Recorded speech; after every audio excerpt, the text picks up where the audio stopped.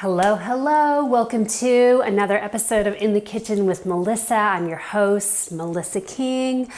I'm really excited about this recipe today. This is hands down my favorite recipe of all time that I have created myself.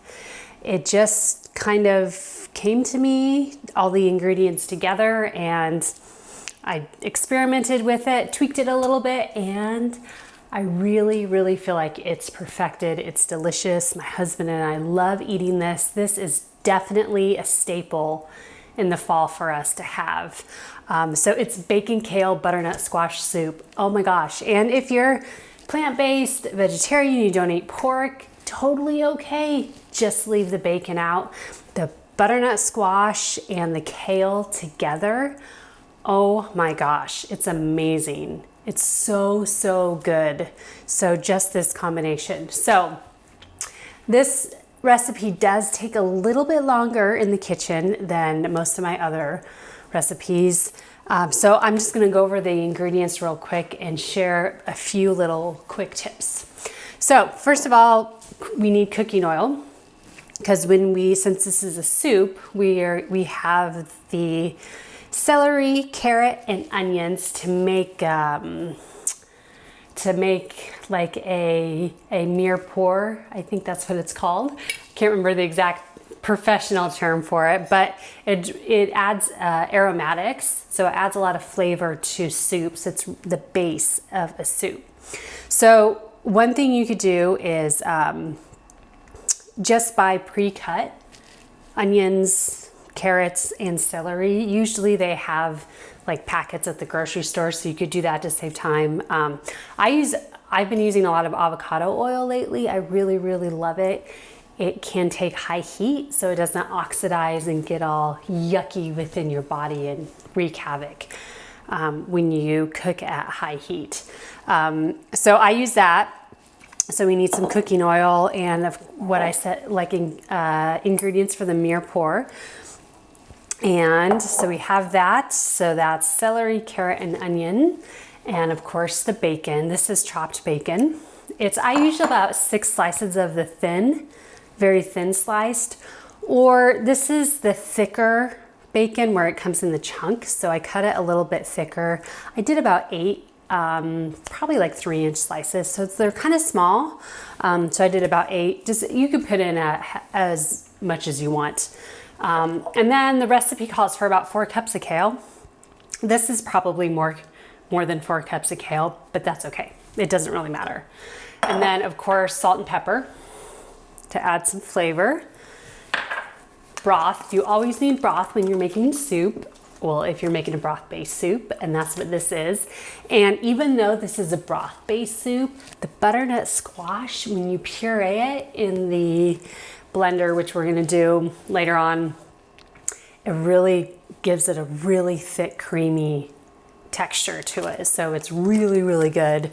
And then, of course, we have the butternut squash. So this is about 8 cups of chopped, fresh butternut squash. I just bought 2 of them, like 2 medium-sized ones, and just cut them up. I usually buy frozen if they have it. Costco was selling frozen organic butternut squash for a while there, and then all of a sudden they weren't offering it anymore. They weren't selling it. So anyways, I usually try and get already cubed just to save me some time. It's kind of a pain to cut a butternut squash. If you've ever done it before, you have to be very careful not to slice your finger off, because that's the last thing you want amongst your butternut squash cubes is a finger. So, okay, so now we're gonna get started. So the first thing I like to do is I like to cook the bacon and the kale. So I'm gonna turn the stovetop on about medium heat. I'm gonna put just about a tablespoon or so of avocado oil. Now, depending on how fatty your bacon is, you may not need to put fat in there, but I'm just gonna swirl it around a little bit. You may not need to do that, but I'm gonna do it just to be on the safe side. So I'm just gonna grab my handy dandy spatula. Got this. So now I'm gonna add the bacon. So I just poured the bacon in and I'm just gonna let it cook a little bit for about 5, maybe 10 minutes on there. Let it heat up and let it cook. You don't have to really necessarily cook it all the way because it will cook a little bit more with the kale, but I like to let it cook a little bit. So we'll let it do that and then we'll go ahead and add the kale.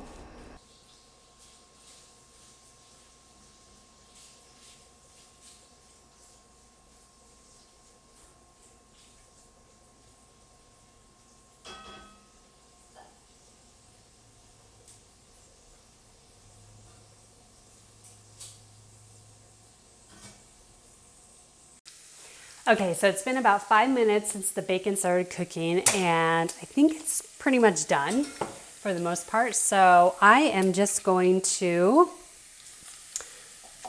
take that, the grease splatter screen off, and I'm gonna take my kale and I'm just gonna put it in there. Don't be afraid to put your hands on ingredients. I always wash my hands. Whoa, it's really sizzling. I always wash my hands before I cook something. However, when you cook something, especially in the oven or at any really like a higher heat or even a low heat, after a period of time, it kills any germs or anything. So I'm just gonna take my tongs because I've learned through experience that it's so much easier to just use the tongs and just stir it a little bit. Okay, so I'm gonna let that cook for a few minutes and then we're gonna set it aside.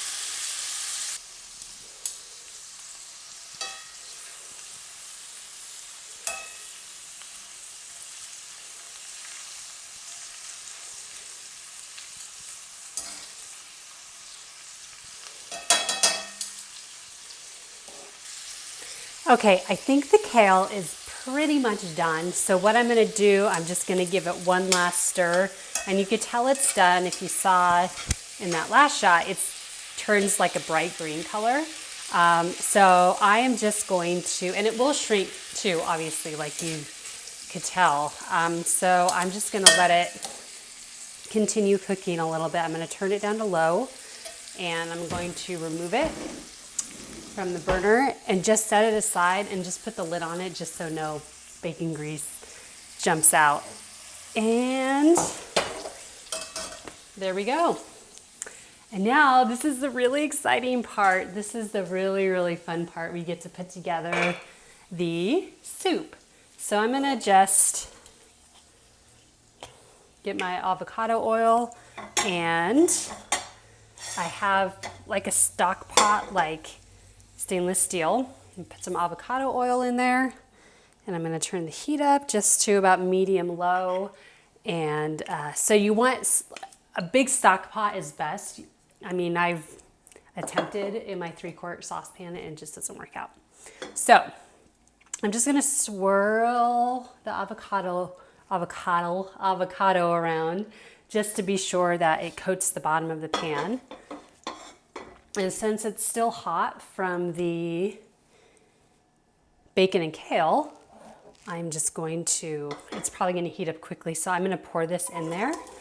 And with this, what you want to do is you just want to cook it for, I don't know, 5 to 10 minutes or so. I'm going to turn it up to medium, and I'm just going to use my tongs to just kind of stir it around. So you want the onions to be about translucent, because what this process is doing is it's bringing the flavor out of the celery, the carrots, and the onions. Now you may think celery doesn't have a lot of flavor to it, and you're right, it doesn't. But when you use it as a base for a soup, it's really, really good. So I'm just gonna let that cook a little bit, and then we'll come back to it in about 5 minutes and check on it. And you want to just continue to stir it just so it doesn't burn or anything on the bottom of the pot. So we'll go ahead when this is done, then we'll add the butternut squash, the broth, the salt and pepper, and just let that boil down. And then we're almost done. Okay.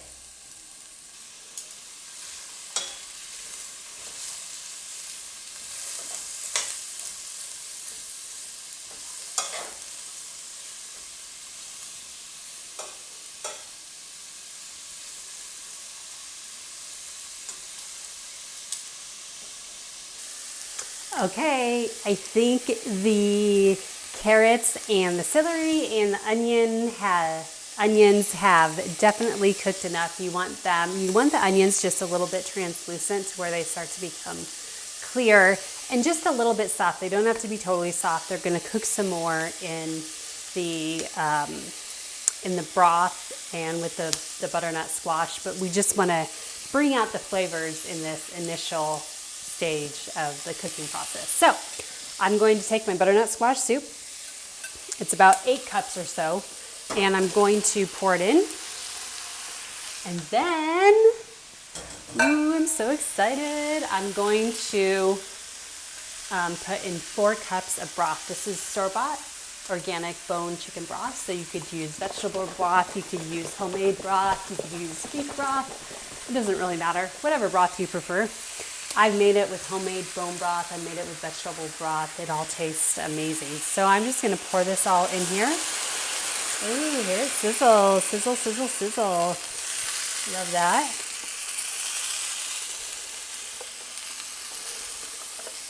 So, ooh, okay. So this stage probably takes the longest throughout the actual like cooking process, because you want to bring the broth up to a boil and then just let it simmer until the butternut squash is soft.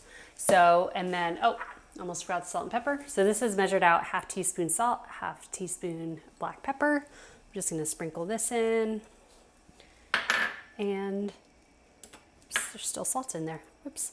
There we go. I'm going to stir this in, and I am going to turn this up to high heat just to get it to a boil. And I'm also going to pop on a lid after I show you what it looks like.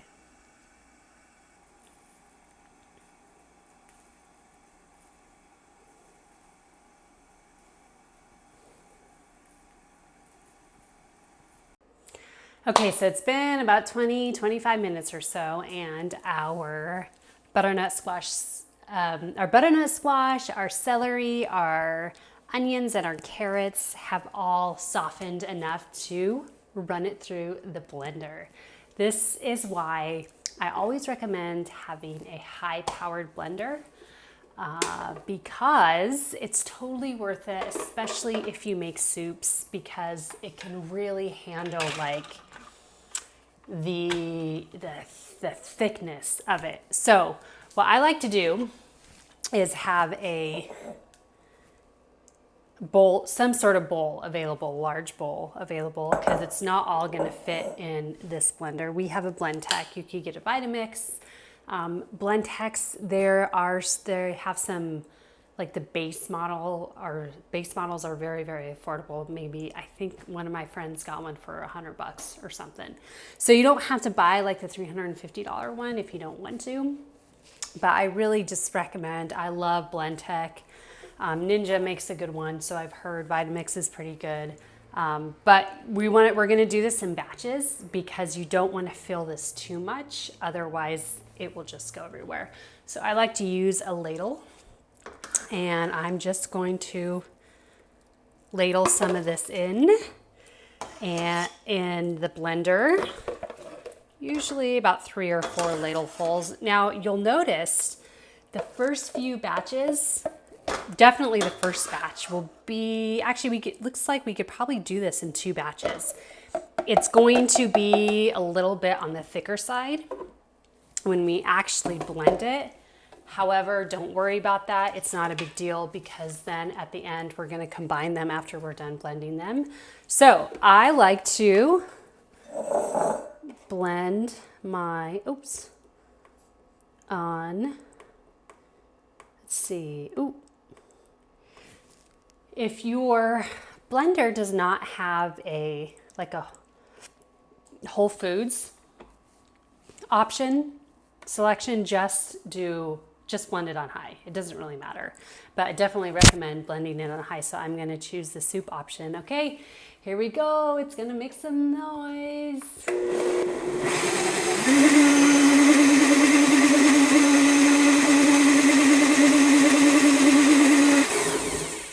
So the soup function on our BlendTech blender runs it for 1.5 minutes. I don't think you necessarily need to do that. It's been running for about 30 seconds. It looks pretty good. I'm gonna see if I can show you. Oh my gosh. Oh, it smells so good too. So you also want to be sure to hold the lid on just in case it kind of goes everywhere. So I'm just gonna pour this in here, and you can see it's kind of thick, which I love. Okay, put this down and very carefully get some more in here. And like I said, I'm pretty sure we'll be able to do this in 2 batches, which is great.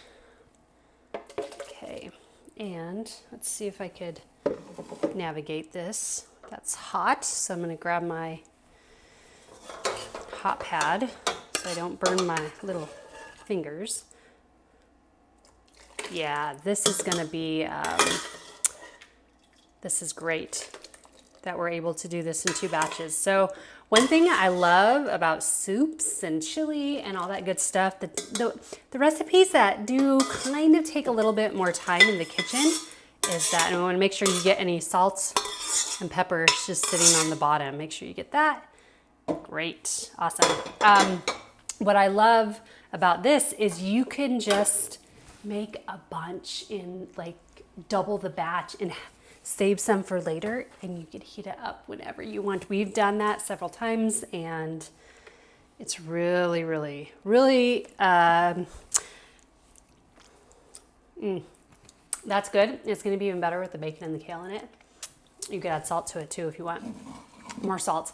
Anyways, we love doing that with chili and like recipes like this, because what you do is it doesn't take any longer to double the batch or triple the batch than it does to make 1 batch. So, all right, I'm gonna start it again, and here we go.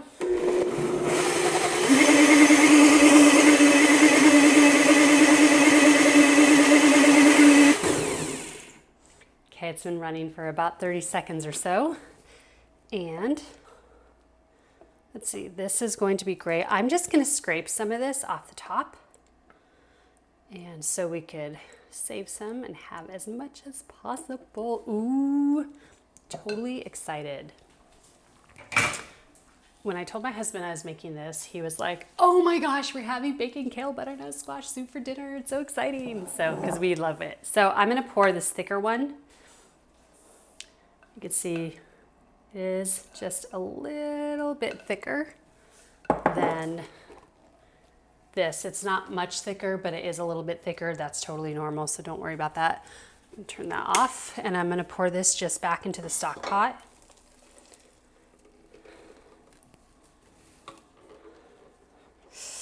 And I'm gonna use my scraper to make sure I get all of the yummy goodness out.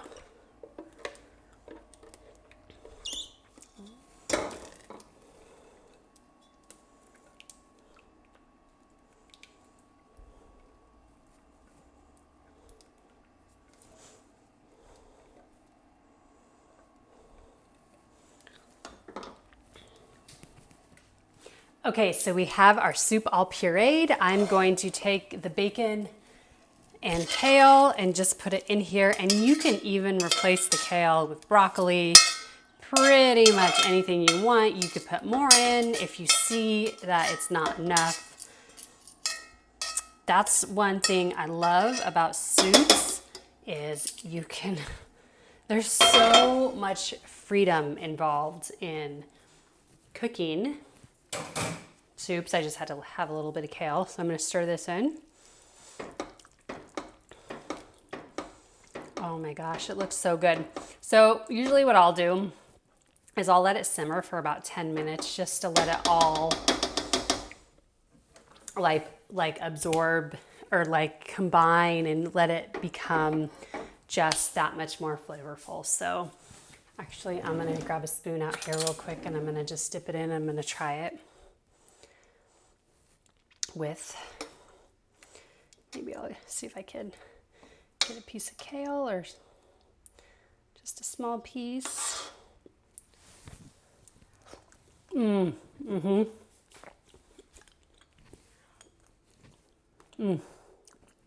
It's really, really good. It's really creamy. The pepper in it just adds a little, tiny little bit of kick at the end. So, okay.